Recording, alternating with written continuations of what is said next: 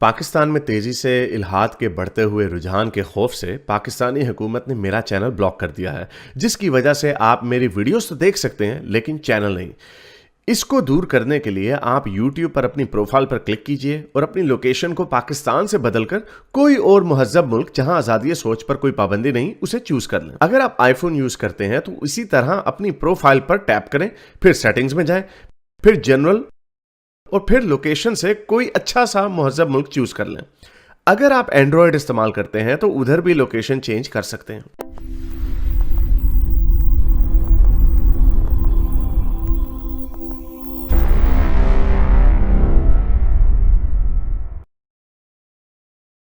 दूसरा सवाल मेरा है भी एक्चुअली आपसे अबॉर्शन के बारे में ही। वो ये है हारिस के कुछ एक तो ये बात, एक नज़रिया ये है औरतों की तरफ से कि भाई हमें हमारे जिस्म पे आज़ादी होनी चाहिए और हमें डिसाइड करने की ताकत होनी चाहिए कि कब हमने अबॉर्शन कराना है, कब नहीं कराना, कब हम बच्चा चाहते हैं, कब नहीं चाहते। लेकिन एक तरफ इसका एक ह्यूमन मॉरल पॉइंट भी है कि you can not just kill a baby. तो ये इंसानों का या कपल्स का ज़्यादा रिस्पॉन्सिबल होना जो है सोल्यूशन है इस चीज़ का, या बस खुली आज़ादी दे दी जाए जो जब चाह के जाए अबॉर्शन कराए? क्योंकि रिस्पॉन्सिबल भी तो होना पड़ेगा ना कपल्स को कभी। देखें, ये ऐसे मोमेंट्स होते हैं जिसमें देखें जी, अबॉर्शन की जो आपने बात की है कि लोगों को क्या रिस्पॉन्सिबल होना पड़ेगा कि नहीं, लोगों को हमेशा ही रिस्पॉन्सिबल होना पड़ता है। आप हमने सुना है नहीं, responsible as a responsible citizen मैं ये काम कर रहा हूं, तो उसका मतलब क्या होता है? रिस्पॉन्सिबल सिटीजन का मतलब यही होता है कि आप सड़क पे जाते ही, जैसे अभी ये पब्लिक यूरिनेशन की बात हो रही थी, आप ये काम नहीं करेंगे। बहुत सारी जगहों पे इस पे आपको जेल में नहीं जाएंगे, लेकिन लोग कर जब वो कहते हैं मैन गोtta go, तो रिस्पॉन्सिबल तो आपने हर वक्त ही होना है। आपने 60 के जोन में 80 के ऊपर गाड़ी नहीं चलानी, लेकिन कई लोग चला देते हैं, जोश आता है, एड्रेनलिन आता है, लोग कर देते हैं। तो ये जो प्रेगनेंसी का जो मामला है, जाहिर बात है ज्यादा सीरियस मामला, तो इसमें आपको ज्यादा केयरफुल होना पड़ेगा। लेकिन ये जो पैशन के जो हरकतें होती हैं, इफ इट हैज हैपेंड, और जिसने भी कभी किसी खातून के साथ वक्त गुजारा है तो उसको पता होगा कि ख्वातीन जो होती हैं इस मामले में ज्यादा केयरफुल होती हैं, क्योंकि आपने तो काम करके निकल जाना, वो खातून को बेचारी को झेलना पड़ता। ये एक ऑप्शन है कि अगर आपके साथ ये हो गया है तो आपको हम फंसाएंगे नहीं, दरवाजे आपके ऊपर बंद नहीं करेंगे। That's the reason behind. कोई औरत नहीं चाहती कि हाँ जी बस मुफ्त में बस ऐसे सेक्स कर रही हूँ अनप्रोटेक्टेड, तो जी बच्चा हो जाएगा तो नहीं हो जाएगा तो मैं अबॉर्ट अपने आप को कर ला लूंगी, क्योंकि अबॉर्शन कराना कोई आसान काम है? प्रेग्नेंट हो के इस इतने जत्थों, इवन जब लीगल भी हो, इवन ये मामला जब लीगल भी हो, तो तब भी क्या वो करवाना चाहेगी? कोई भी नहीं इस प्रोसेस से गुजरना चाहेगा।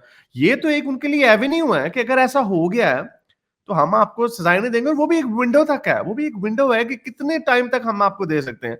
कई जगहों पर 16 हफ्ते, तो 18 हफ्ते वगैरह वगैरह, इट ऑल मैटर्स। तो आई डोंट नो इसमें इसमें क्या सी बात है।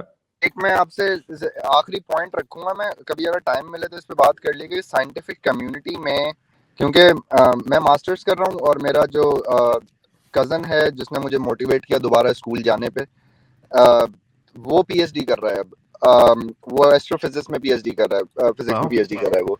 तो उसने मुझे जो बताई अंदर की कहानी, कह लें कि जिस तरह साइंटिफिक अकेडमियां काम करती है, वो कह रहे हैं कि यार इसमें भी बहुत पैसा इन्वॉल्व है।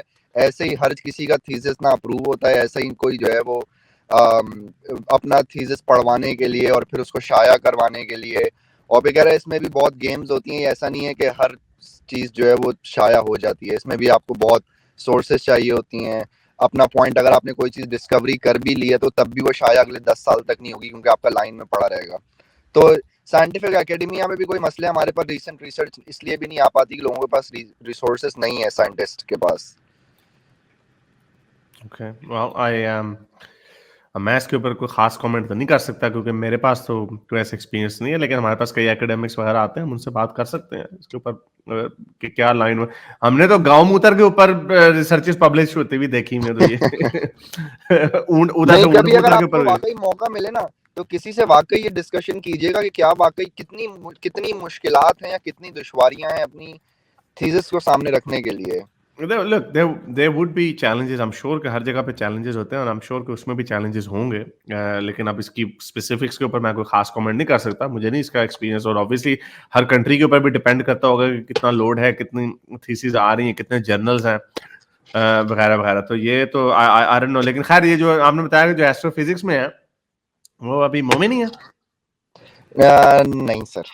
अच्छा, चले चले सर फिर पढ़ने वाले का यही होता है ना, आप कोई एक चीज अपने पास रख सकते हैं सर।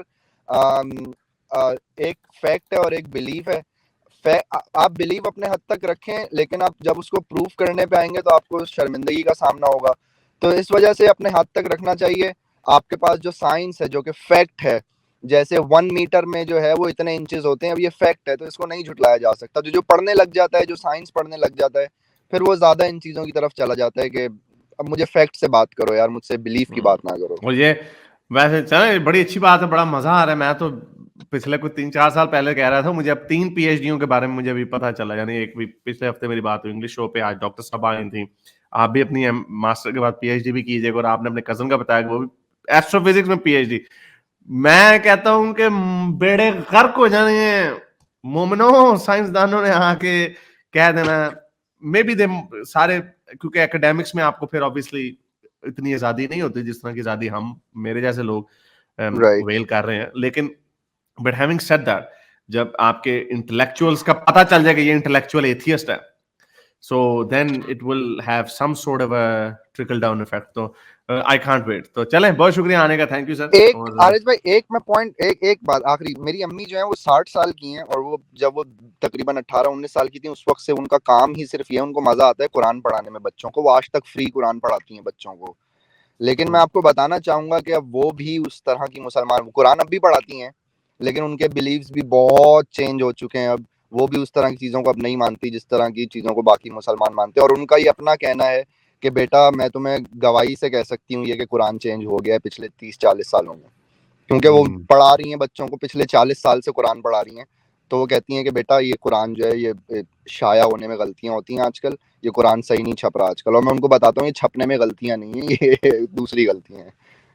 हाँ, तो ऐसे ही है। और ऑब्वियसली ये फ्लो ऑफ इंफॉर्मेशन और इतना ज्यादा हो गया कि इट्स ऑलमोस्ट इम्पॉसिबल। यानी स्पेशली जो ट्रेडिशनल, ये जो बरेलवी और देवबंदी मोमिनीन के जी, मुफ्ती साहब से सवाल पूछे जी, मैं क्या खाना खाते वक्त टीवी देख सकता हूँ, इस तरह की जो बातें ये तो इनकी कोई जगह ही नहीं बचती। तो उनको एक थोड़ा सा आधे घंटे का इल्हाद, कोई भी नॉट नेसेसरली इल्हाद का टीका, थोड़ा सा टीका लगने की जरूरत है, तो दे विल से कि wow this is something remarkable. क्योंकि पहले भी लोगों के जहन में ये सवालात आते थे, लेकिन उनको कोई एवेन्यू या कोई दूसरा सुनने वाला, वो हमारी अंदर की आवाज होती थी, किसी और के मुंह से नहीं हमें आती थी। अब सोशल मीडिया की वजह से वो किसी प्रोग्रेसिव मुसलमान को सुन ले, कोई गांधी साहब की भी बात, वो कहेंगे हाँ यार ये बात इसकी गांधी की ज्यादा बेहतर लग रही है, बजाय इसके कि जो खादिम रिजवी कह रहा है, इवन दो कि वो बंदा बरेलवी खुद हो। तो एनीवे, चलो बहुत शुक्रिया आने का, thank you sir. Okay, thank you. मेरे इस नेक काम को जारी रखने के लिए मुझे पेपैल या पेट्रियन पे जरूर सपोर्ट कीजिए, ताकि मैं अपना पैगाम ज्यादा से ज्यादा लोगों तक पहुंचा सकूं।